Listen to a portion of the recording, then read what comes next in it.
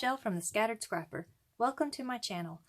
Today I am working on layout number 3 for the RTS Scrapbooking Summer 4for4 series.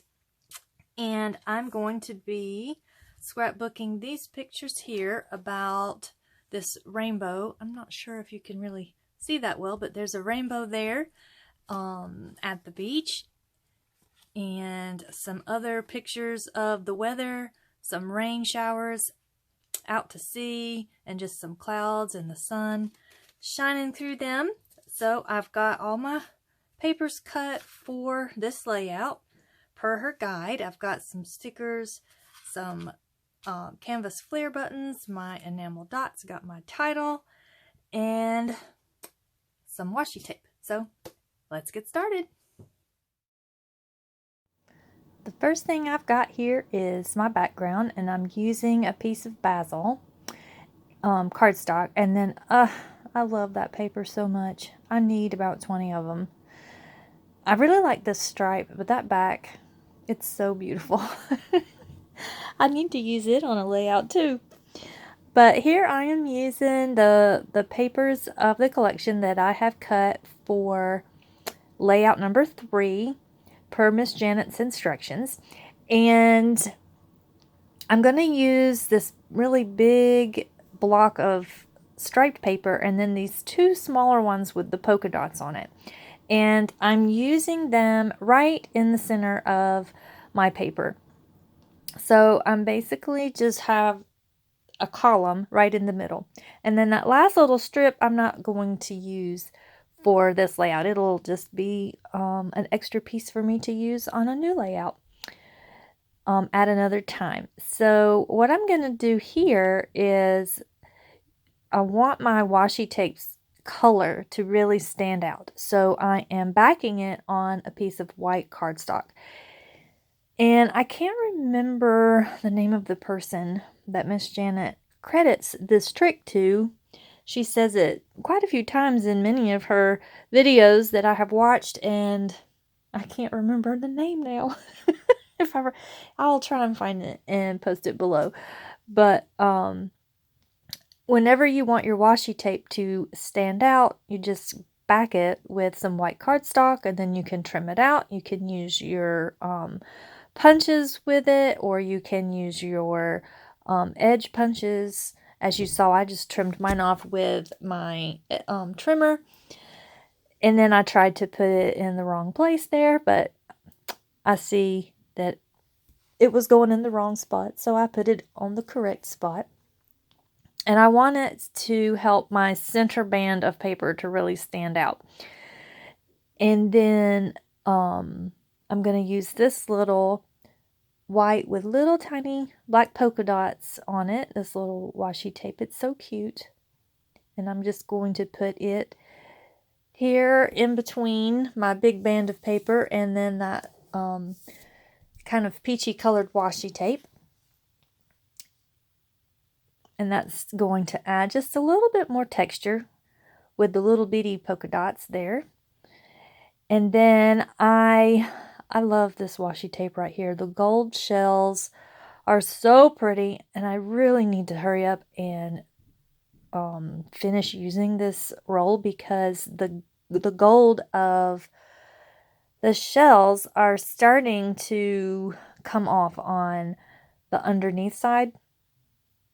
So it's kind of starting to look a little dirty, I guess, because you can see the gold flecks on the white part, but they're on the back side, so they're not looking gold, they're just looking kind of dirty. But anyways, as you can see here, I am using the trick where I'm using my border punch through the washi that I put on to my white cardstock, and I'm going to make 2 of these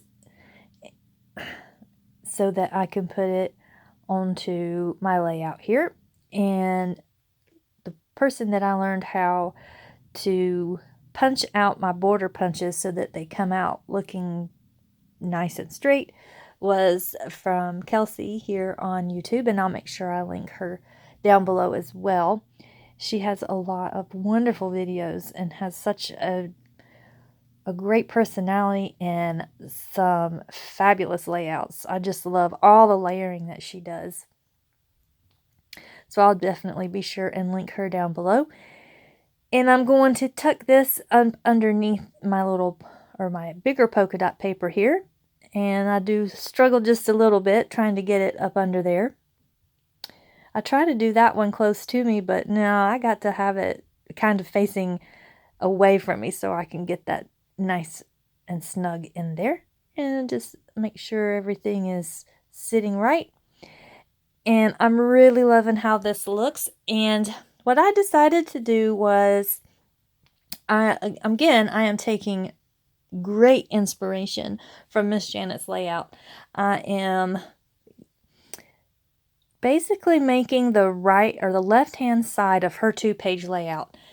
And instead of having all of my pictures and things flushed to the right-hand side of the page, I'm just going to leave it all centered, since I'm only doing this 1-page spread here. But I have quite a few photos that I'm trying to fit on here. And at first I was like, this is not going to work. I do not like how this looks. But before I go trying to figure out my pictures placement, I get my doilies ready. So I'm just going to stack this really little peachy colored doily on top of this little white one. And that little peachy one is a jelly bean soup doily. And then the other one is just like from a pack of like 1,000 that I got from Amazon. I will probably never use all of the doilies that I have got from Amazon. Why can't you just get like 25? Oh goodness. But I do know that that is where I'm going to put my title. I have a nice long title. And I know I want to use the doilies as my base for my title. And then I'm kind of figuring out how I want to do my photos. And instead of having them, all lined up straight, I figured while my papers were nice and straight, I think what I'm going to do with my photos is kind of overlap them. And then the ones on the bottom, I'm going to have them kind of fanned out just a little bit to give some more interest instead of having everything so regimented looking. So I go ahead and figure out how I want to make these photos sit on my page. And I did think about maybe popping up that smaller picture that's horizontal with the rainbow on it up with some foam. But since I'd already done the one down at the bottom, I thought, doing 2 of them like that might be a little too much. So I decided just to leave them flat on the page. And then I kind of fight with my ATG gun there a little bit. And I put some glue on the back side of this one. And I got to put my foam back in the center because it's not quite dry yet. And now I have to figure out where to put these pictures. And I want them to be centered. But it's really kind of hard to make them centered because there's so much pattern and it's so busy looking. And you can see that on the right hand side, that photo has reached my wave border. But the one on the left is nowhere near my wave border. So I have to play the scooting game and scooch everybody over to try and get it in the position that I want. So thankfully my glue stays wet long enough that I could move stuff around, and my ATG tape didn't stick to my paper very hard, so I was able to move stuff around without tearing anything up. And now I'm going to go ahead and put my doilies down, and I'm going to put my title down. And I do kind of fuss around with it a little bit. I know I want to put gold right here. I wasn't sure if I needed it to be lifted up a little bit, but when this G got placed down on that photo, that was it. It was not coming up. So I was like, oh man, I kind of wanted to bring it down a little bit so that gold was sitting right on the top edge of my photo. But since it latched on like it did, and it was not letting go. I was like, well, we're just going to have to go with it. Now, this is supposed to be a title positioner helper tool type thing. And I have found that either there's major operator error with these, and I don't know what I'm doing with it, or I don't have a shape in my craft room that matches the sizes of these templates, because I have yet to be able to use one so that it was like perfectly along that doily. And I really only used it because I wanted to see what it would look like if that is what I wanted to do with my title, and have it go along the edge of my doily. I didn't want to put it down and be like, ooh, I don't like that, and then have to pull it all back up. So I put it on that round template thing so I could look at it. And I did like it. So I went ahead and I didn't use the template to put those down. I just followed basically the curve of the doily. So I have my title down. And now I am kind of looking through the rest of the things that I had picked out to use on this layout, and I am loving these word stickers. I am having a little bit of difficulty with the definition ones, but I think I try to be a little too literal sometimes in my scrapbooking, and I need to start being more creative. So I think if I do that, it'll help me to be able to use the definition ones a little bit better. But I have gone through, and I am looking through the 12 by 12 sticker sheet that came with this collection. And I have this cloud here, which I was like, oh, perfect. We've got clouds in the sky. I now have a cloud. And I wanted to use the that puffy seagull because it was facing in the perfect direction, but it's just not quite working out quite right.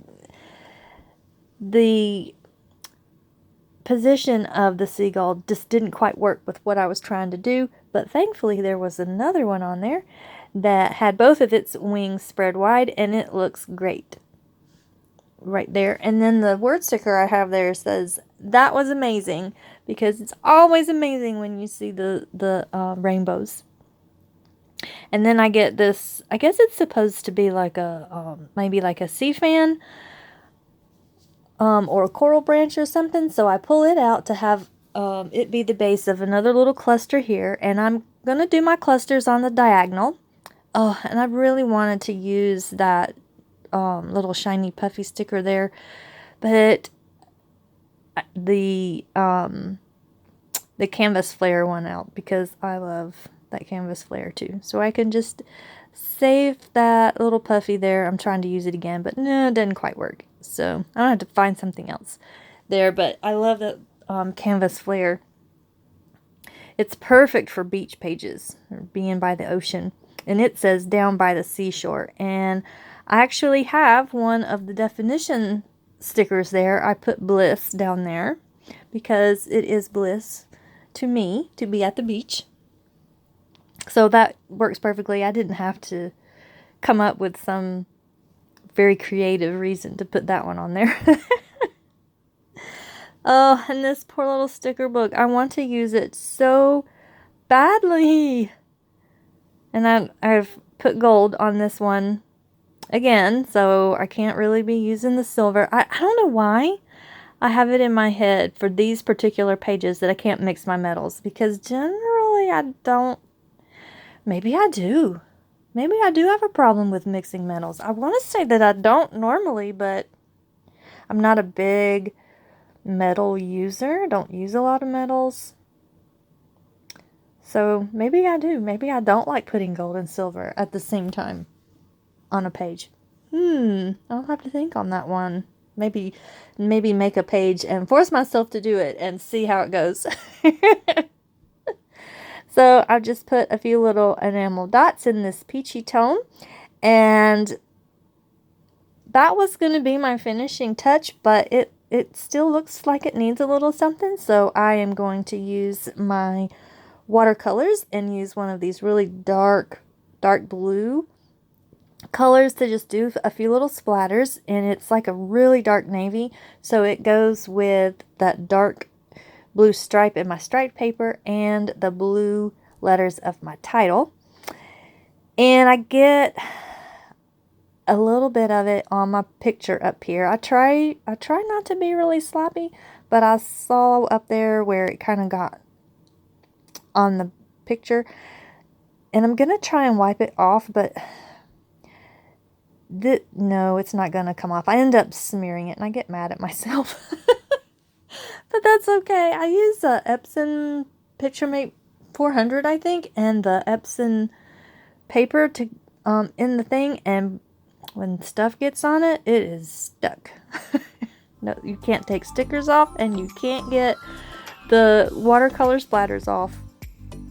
So here are some close-ups. I hope you've enjoyed this video. If you have, please give it a like and subscribe. Check out the links below, and I will see you in the next video. Bye-bye.